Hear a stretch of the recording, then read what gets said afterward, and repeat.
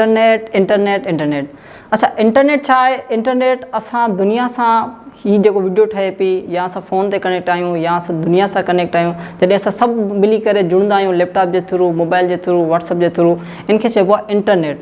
हाणे इंटरनेट असांखे असांजी ज़िंदगी में आसानी वॾी पैदा कई आहे। ऐं चवां थो त इंटरनेट हिकिड़ी ज़बरदस्त असां लाइ नेमत आहे जेको असांखे दुनिया सां जोड़े थी, असांखे माण्हुनि सां जोड़े थी, असांखे हर पंहिंजे कल्चर सां जोड़े थी, असांखे पंहिंजी सकाफ़त ॿुधाए थी, असांखे जंहिं शइ जो असांखे इंट्रस्ट आहे उहो असांखे इंटरनेट ॿुधाए थी।